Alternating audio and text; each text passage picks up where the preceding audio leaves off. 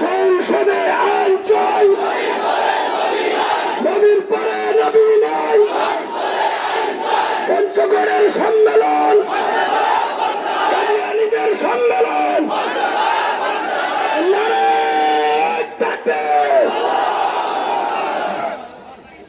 নাহমাদুহু ওয়া নুসাল্লি আলা রাসূলিহিল কারীম, আম্মা বা'দ। قال رسول الله صلى الله عليه وسلم أنا خاتم النبيين لا نبي بعدي। আমাদের থেকে পর্যন্ত বাংলাদেশের উলামায়ে কেরাম একটা বিষয়ের উপরে আপনাদেরকে কথাবার্তা বলে আসতেছেন, আপনারাও জানেন, মন্ত্রী পরিষদ তারাও জানে, বাংলাদেশের তারাও জানে, আমাদের সরকারও উনি ভালো করেই জানেন। আল্লামা শাহ আহমদ শফী রহমতুল্লাহ আলাইহির সাথে ওনার শেষ আমরা অল্প কয়েকজন ছিলাম, 13 জন।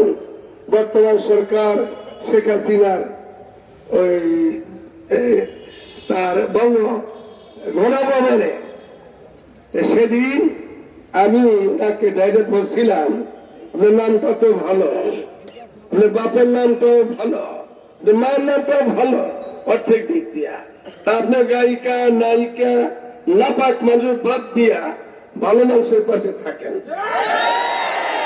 আবার আপনি নতুন হয়েছেন,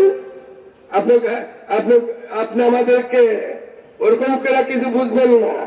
বাংলাদেশের মাটি, উলামায়ে কেরামের ঘাটি, পীর মুর্শিদের মাটি, মুর্শিদ মাসের ঘাটি। আপনি আমাদের সরকার প্রধান, বারবার নতুন হতেছেন, পুরান কাজটা কেন আপনি করতে পারেন না? আপনি বাধা কোথায়? আপনি যদি সেইগুলাকে ভয় করেন, দায়িত্ব আপনার উপরে। শুনি আমরা আপনি তাহাজ্জুদ পড়েন, সকালবেলা তাসবিহ পড়েন, কোন তাসবিহ পড়েন আপনি? কাদিয়ানীদেরকে অমুসলিম ঘোষণা দিতে আপনি অপরাধ হন, তো বলে দেন আপনার ক্যাবিনেট থেকে, বাংলার মুসলমান আদায় করে নেবে ইনশাআল্লাহ। আপনাকে আরো বলতে চাই, আপনি সেদিন আমার কথার উপরে বলছিলেন সময়ের ব্যাপার।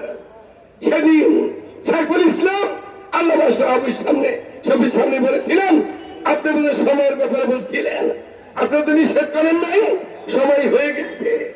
53 বছর চলছে স্বাধীন বাংলাদেশে, এখনো সময়কে আসে নাই, আসে নাই সময়, আসছে, আরো আগে আসছে। দিয়ে দেন, ভালো থাকবেন, দিয়ে দেন, ভালো থাকবেন, না হয়তো জোরটা আপনাকেই দিতে হবে।